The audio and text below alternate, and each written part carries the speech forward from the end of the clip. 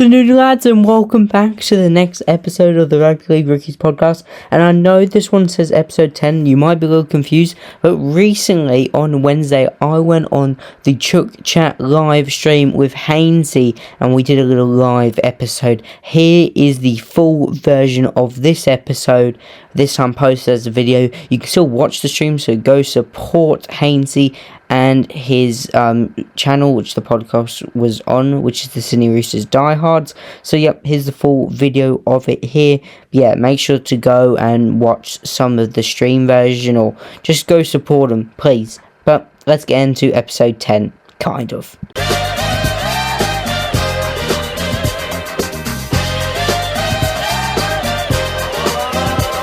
We do have a Parra fan with us, with all the recent news around the Parramatta Eels and around Zach Lomax. I think it's only fair that we get a Parramatta fan on here as a little bit of a special episode where we don't usually not going to have a lot of rival fans on the channel this year, but I just felt I feel like it's time to have, with all the stuff that's going on, I think it's here to get another, especially with all the situation around Zach Lomax and involving his team's club. It is X-Pac Ollie, obviously Eels fan, and has a podcast of his own, the Rugby League Rookie podcast. Ollie, welcome to the Sydney Roosters Diehards, mate, and welcome to Chook Chat. Oh, thank you. This should be very exciting. Obviously, I have a lot to say on the Lomax situation now. So many details about it, so it'll be a good chat, especially with Parramatta taking on the Melbourne Storm tomorrow night. Yeah, exactly. We'll have a little bit of a deep dive in that one as well. I've been on Ollie's podcast before. I think it's on YouTube, so I'll probably put a link in the description a little bit later on. So you want to go check that guy out. So obviously I've been on his channel. It's now my turn to return the favour and get Ollie on here. Obviously a Roosters related podcast, so I don't think it's going to be well liked as much as what you might expect, because we are Roosters fans and we don't like the rival oppositions, but I'm sure the diehards community here, they'll get behind you and all that. Obviously, I'm a big advocate for content creators in our space, and it's always great to give that exposure to up-and-coming creators. So welcome, mate. I hope all is well. Thank you for coming on tonight. Really appreciate your time. We'll go through the live chat as well very, very shortly. We've got Jake in here. We've got Matthew as well. Everyone's just saying it's muted, but I do apologise for the little hiccup there, but that's just dodgy equipment. I can't really fault that. Obviously, Ollie, obviously you're a Parra fan. I just wanted to ask you about what's your background around the Parramatta Eels and that, and where and how did you fall in love with your team you support? Oh, okay. It's mainly coming from my family, especially my mum. She grew up all around the place, mainly Parramatta, then moved up to Brisbane and all that. But she's been a Parramatta fan for so many years, watching us win the premiership, which was a long time now. And we moved on, we left Australia, and I basically grew up mostly in Singapore, so really away from rugby league, and wasn't too interested into it until I guess when we made that grand final back in 22, and especially at the start of 2025. But I started making NRL content here. I became a member of Parramatta, going to basically all the games last season and hoping to do the same this season. But yeah, that's kind of how I became a fan of the best team in the league. Oh, I don't know about that one, but it's great. It's great to have you here, mate. And obviously, we'll definitely cross paths throughout the year as well with when Parramatta take on the Roosters and that. Obviously, it's also good to know that obviously Ollie is a Parramatta fan, and obviously we're going to speak about both clubs, topics and opinions over the next half an hour or so. Which is also good for me as well. So we get a little bit of a different perspective from a Rivals fans on the Roosters, and same thing with Parramatta as well. So yeah, it's really exciting. Can't wait for this. So before we begin, guys, make sure you hit that like button, subscribe, as the whippersnipper's going off beside me. But yeah, hit that like button, subscribe, give us a follow on the Instagram, and subscribe to the Sydney Roosters Diehards. And go check out X-Pac Ollie and his social media pages. Link is in the description as well, the Rugby League Rookie, and go check him out. Right, let's get into the I think the first question that was asked in the chat was around Hugo Savala. Where is the Fluff? My best bet is Fluffy's injured. Obviously, wasn't named in the New South Wales Cup side, wasn't named in the first grade side. like I reported yesterday, that he's got, he was in a moon boot after rolling his ankle in the first trial game against the West Tigers, and obviously he wasn't involved in the Parramatta trial, so looks like a little bit of a precaution there, but it looks like it's a little bit more serious than a rolled ankle, a little bit of a minor strain or something like that. So that's why he's been out of the two sides, because you kind of expect, though, like if Hugo wasn't selected for the first grade side, he'd definitely be playing New World Cup this week. He wouldn't have been out of both. So there's a little bit of an injury there. Obviously, nothing significant to report from the club's perspective or NRL physio or on the NRL casualty ward. So I don't think it's too much to read into, but obviously that's why he's unavailable this week. So I just wanted to touch that one there. Obviously, I think we'll start off with Ollie here. Obviously, the biggest talking points over the week, or over the last couple of weeks, is around the Zach Lomax situation, and obviously we sort of got a little bit of a resolution yesterday with the ruling in Parramatta's favour, where Zach Lomax won't be able to join the Melbourne Storm currently, and obviously at this stage he'll be unable to sign with the Melbourne Storm or with a rival club until 2028, or until Parramatta feel that the compensation is justified. Oliver, you're a Parramatta fan. This is obviously involving your club. The floor is yours. I want to hear your thoughts on this whole situation. Oh, well, look, at the start of last season, I was pretty unsure on Zach Lomax. He kind of had grown on me a little bit, and now that's completely gone down. When we first figured out about this, I'm sure most of you guys would agree that we all knew that it wasn't going Lomax's way. It was never going to go his way. It was very simple that Parramatta were going to win this. Obviously, there was offers from the Storm to, I think, Parramatta trying to get rid of Mattison, and then he didn't want to go to the Storm because he would have been in a similar place where he wouldn't be playing any main footy for the Storm. So that was kind of the last attempt to get Lomax to go to the Storm. But yeah, overall, I'm happy it's gone the way of the club. Obviously, when he's a player like that, he's very good quality of a player, and you do want to see these guys play rugby league, so I do feel a little sad for him in that sort of case. But yeah, I'm sure that either maybe something could happen if Parramatta agree with the Storm. I think the Storm's probably the only team that Parramatta might agree with because they've had a lot of conversation already. And I think most likely he could end up possibly playing rugby union, maybe for a season, maybe a season or two, especially if this Rugby 360 stuff still continues to go on after. Yeah, I agree. Obviously, I think the wider rugby league community and rival fans are definitely in support of Parramatta with this whole situation, and showing the backbone, and with the club standing up for themselves and not backing down, and enforcing that the agreements to this contract and the release of Zach Lomax is fulfilled. So I think big ups to Parramatta and everyone involved in this situation. Obviously, it's not great to see how this has played out, but good on Parramatta, not being forced into a agreement that they don't agree to. So I think, as if you're a Parramatta fan, you'd be extremely proud of how your club has handled this situation. Yeah. You gotta be proud of your club for handling something like this very, very well. We shouldn't be in that point where one player should be against the law in any way. Like, that's not how it works. It was very simple looking at it from a legal point of view. As I said earlier, Parramatta most likely were going to win this from when we originally saw it, and they did go on to win it. But yeah, hopefully something like this can really, continue on and kind of show other clubs that they can do similar stuff, and they don't just need to listen to their big player with lots of money, because the club is most likely in the right. Yeah, I agree with you, mate. And it's also a little bit of a reminder to rival clubs as well that, this is the way to do it.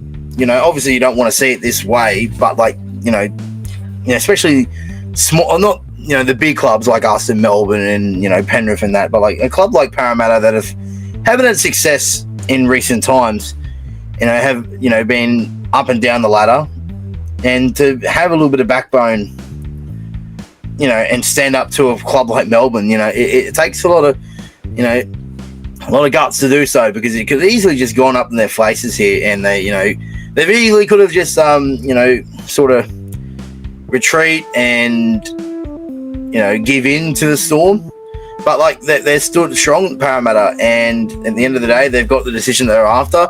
Obviously it's not great to see a superstar like Zach Lomax out of the game, but unfortunately this is a consequence that he has to now oblige because of a decision he made to leave his current club of employment to go see other opportunities. Obviously it's blown up in his face here. He didn't expect this to happen. Didn't expect to see his deal or his ambitions to go to R360 sort of fall through, and sort of had nowhere else to go. But at the end of the day, like, I think it was more the factor as well that, from what I've seen and what I read into over the last couple of weeks, especially over yesterday when the decision was made, I feel like, though, the way that I've seen it is like Parramatta. I don't think it's Parramatta's going out and saying, no, we don't want to see him back in the NRL until the decision is made, until his contract is obliged. He just doesn't want. They just don't feel that this is, justified for him going to Melbourne, and what Melbourne are offering on the table isn't suitable for what Parramatta feel like is a fair compensation. Is that something you agree to? Yeah, I would 100% agree to it. We shouldn't just let him go to any club, especially not the Melbourne Storm. We have a lot of rivalry with them, obviously back in 2009, the Premiership and stuff like that. Yeah, we shouldn't be doing that. We shouldn't be letting him go to any other club, and especially not any of the big teams with lots of money and lots to offer. And yeah, especially the Storm specifically. We don't, as a Parramatta fan, we don't want to give him any players, and we shouldn't have to. Yep, I agree. And obviously, with the developing situations around Ryan Madison now, apparently that there was reported that Parramatta, Melbourne as well, trying to create a little bit of agreement with Ryan Madison, taking him off the books of Parramatta and signing him at Melbourne, then releasing him straight afterwards, kind of thing, pay out his contract and something like that. So it's all confusing and all that kind of stuff. At the end of the day, look, I can see a world where Lomax will be back in the NRL before this Parramatta contract timeline will resolve. I think that probably, if there's another club that comes knocking and they offer something that is reasonable for Parramatta, they'll take it for sure. Like, I think I heard something today, like, I think it's a really, really pretty fair trade, in my opinion. If Parramatta are interested in Mitch Barnett and they offer Zach Lomax to the Warriors in a trade with Mitch Barnett, I think Parramatta would take that. What do you feel on that? Oh, Mitch he's really good. I would definitely take that. I'd love to see him. Also, Warriors, obviously a good side, but not as good as the Storm as well. That's more something that I think the club would want to take, would want to look more into. I would definitely like to see that as a Parramatta fan. It makes it just so much easier than, let's just end this now, give him to another club, but we get something very fair in return, because overall he's still in contract and we're giving him away basically. So we might as well get something really good out of it, instead of where the Storm stuff, you just got to feel for Matheson. It's not very good for him. Like, mentally, he's just kind of getting thrown around. Parramatta don't want him. He's not playing it. He's not going to play any minutes here. And then they were thinking, let's give him to the Storm just for him. He's going to be there for a year, sit on the reserves and not play as well, and then get released. So you got to feel for him as well. Yeah, he's been brought into this situation when he hasn't done any wrongdoing. So, yeah, it must be a tough situation for Ryan Madison in that. So, but But at the end of the day, like, obviously, you know, there's still a lot more to this story. But at the end of the day, Parramatta, they've got the result that they were after. You know, I think it's fair to say that Parramatta were pushing this more because it was Melbourne. Maybe if it was another club, I don't think there'd be this much media attention about it. I don't think another club like the Storm.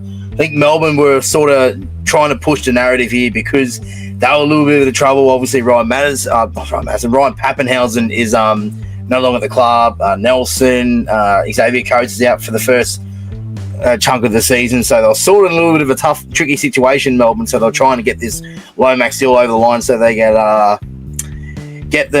their season sort of sorted and ready to fire. Speaking of that, obviously, which makes it so much funnier that you two are now playing each other tomorrow night in Melbourne. Parramatta in Melbourne, round 1. It makes it more spicy. But like, do you think that is this got any sort of distraction with the playing group or with the involved with Parramatta? Because obviously all the attention is going to be on the two teams come tomorrow night, and obviously that's going to be talked about. Do you think that's going to, for even tomorrow night or throughout the season, do you reckon this is might be a little bit of a distraction? Okay. Personally, at this level, I don't think many players would get distracted, but I think something like this could definitely put them a little bit off. There's always a massive rivalry every single time we go against them, no matter if it's in Melbourne or it's here in Parramatta. There's a big rivalry there. This kind of just adds a little bit extra. Obviously, Madison's not playing, but if he did play, wouldn't that be even funnier? But you got to also think maybe some of the players in that squad, I'm sure a lot of them are probably quite close with Madison as well. So with now him being brought into that, it could definitely cause something between the different players and all that. Yeah, 100%. And obviously we'll find out tomorrow night. Should be a mouth-watering clash, this one.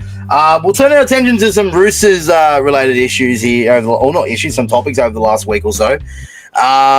Obviously, yesterday we saw the Roosters, a little bit of a merch range, winter range started to appear. Obviously, the retro jacket, the Adidas tracksuit is just absolutely sick. I don't know if you've seen it, Ollie, but it's I've got one of the originals at home, and it's one of my favourite. Myself, Brody from City Vintage, a lot of Roosters fans out there can all comfortably say it's one of the best pieces of memorabilia and retro jackets, the original ones that we've ever produced, training wise. Obviously, we've got a replica returned that was announced yesterday. What are your, what are your thoughts on? I don't know if you've seen it or not, but if you have, what are your thoughts on it? I haven't seen it. I'll search it up in a second. But it's in the thumbnail. I'm a big fan of a nice jacket, and when you're partnered with someone like Adidas, and especially bringing back a throwback, I don't know if you can expect what this might look like. Yeah, let me have a look. Let me give my. It's good, man. I know you're a Parra fan, but it's very, very clean. Let me just get this up. Okay.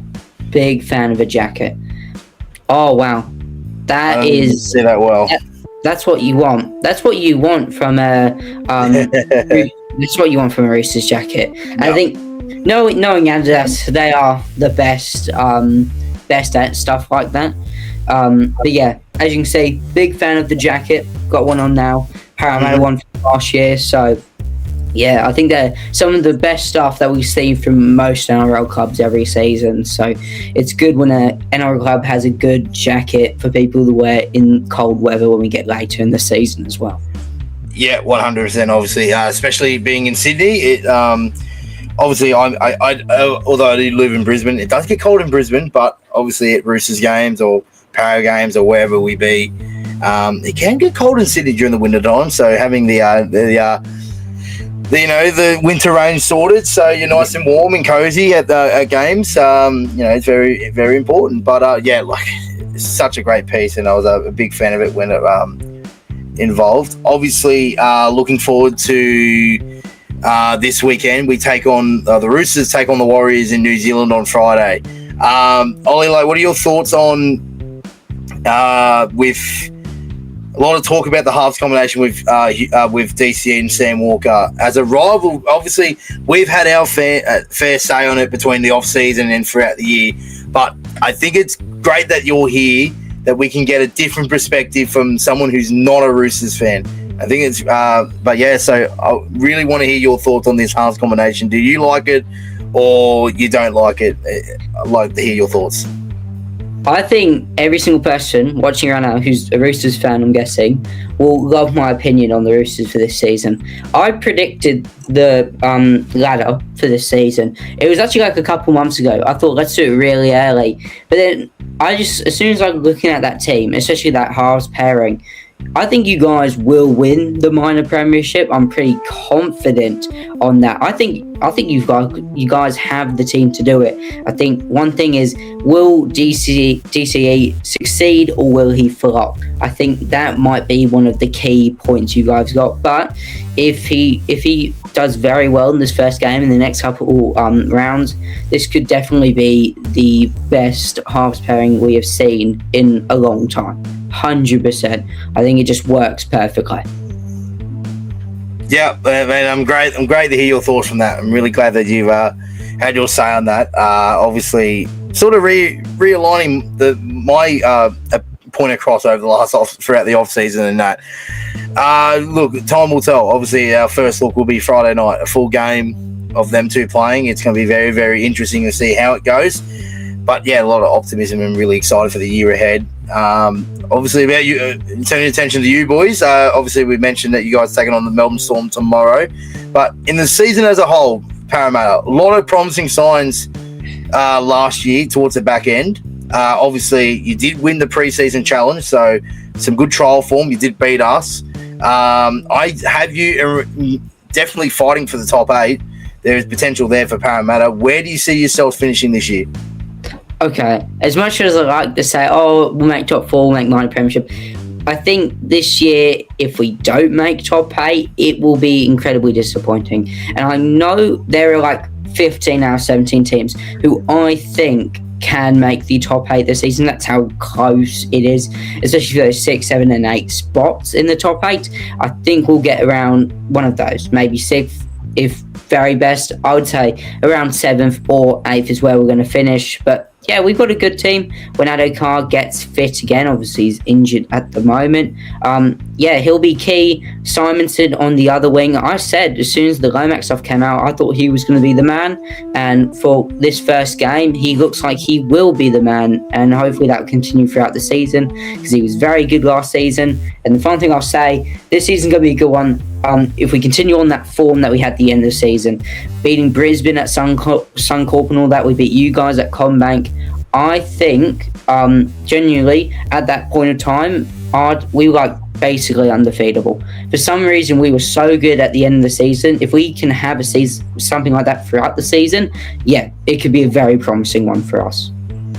Yeah, I like your optimism there. But yeah, like the signs are there for Parramatta, are on the rise.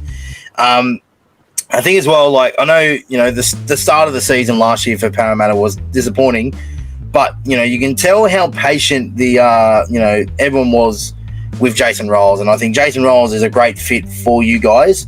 And you can start, towards the back end last year, you guys are making dividends. So, and hopefully the good preseason for you guys as well, which will definitely bring you guys some confidence going into the season. And it's going to be really exciting to see Parramatta play. Obviously not against the Roosters, of course. But yeah, look, I'm really excited for the year ahead for you guys as well. We're just going to finish up with a quote from Roosters assistant coach Michael Checker.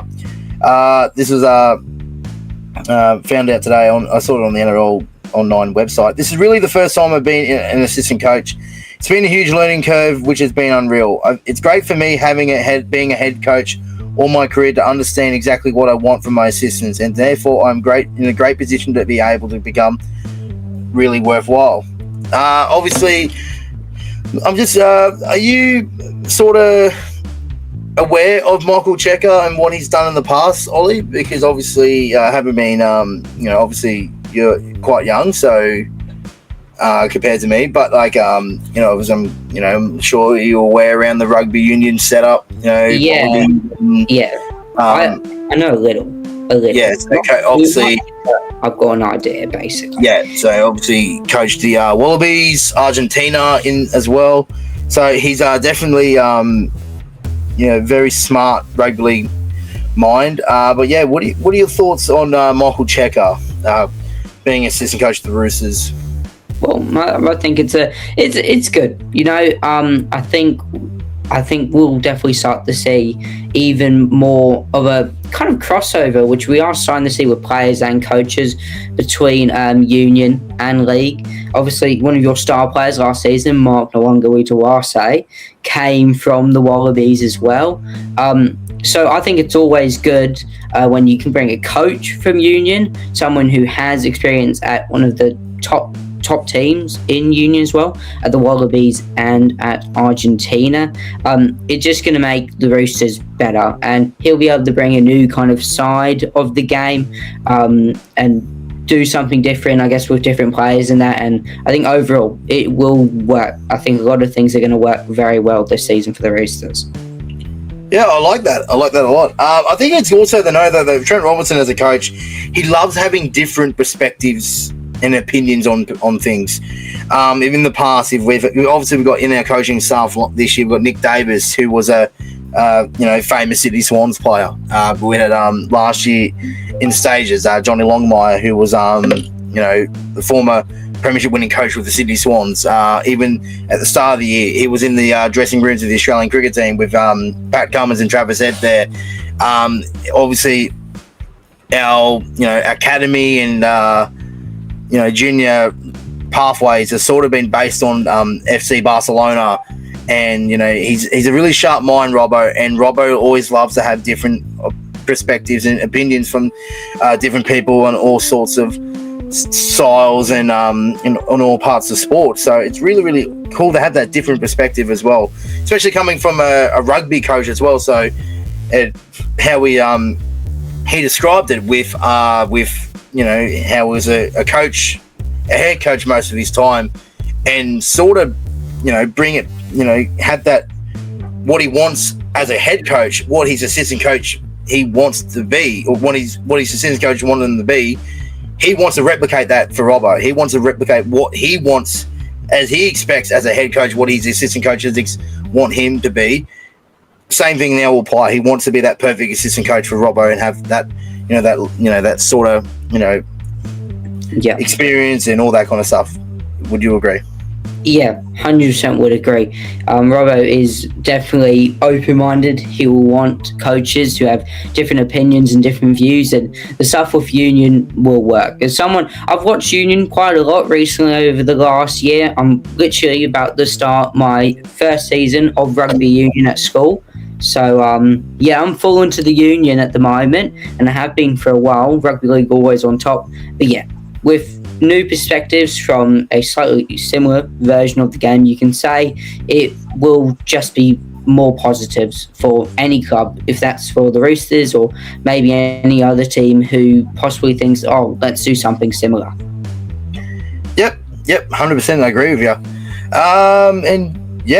I think that's pretty much everything that we've wanted to cover today. So I do appreciate your time coming on, Ollie. Obviously, we'll definitely see you again soon over the near future at games or on your podcast, or maybe might be able to get the call up for a second time. But I really appreciate your time coming on tonight. Oh, thank you. It was a pleasure to come on. Hopefully I'll see you later this season when Parra take on the Roosters. Last time the game was at CommBank, I was there. I walked right past you. It's on recording. I walked right past you, didn't even notice. This time, if I see you when we play each other, I'm definitely going to come and say hello. Definitely. I'll be keeping my eye out, that's for sure. Well, that concludes another episode of the Chook Chat podcast. Like I said, I want to thank our special guest, expat Ollie, for coming on out of this busy schedule. Stay tuned tomorrow. Sometime tomorrow, we'll have the match preview for the Roosters and the Warriors. They'll be out, obviously, with our game day content coming your way on Friday. A lot to look forward to. Ollie, good luck tomorrow, mate. I hope the Eels get the win for you over the Storm. Okay. And enjoy the rest of your evening, guys. Make sure you hit that like button, subscribe to the Sydney Roosters Diehards, and give us a follow on the Instagram, and go check out expat Ollie on his Yeah. Instagram and on TikTok as well. Right, that'll be us for tonight, ladies and gentlemen. Thanks for watching. I hope you guys enjoy. We'll see you in the next one. Until then, it's goodbye for now.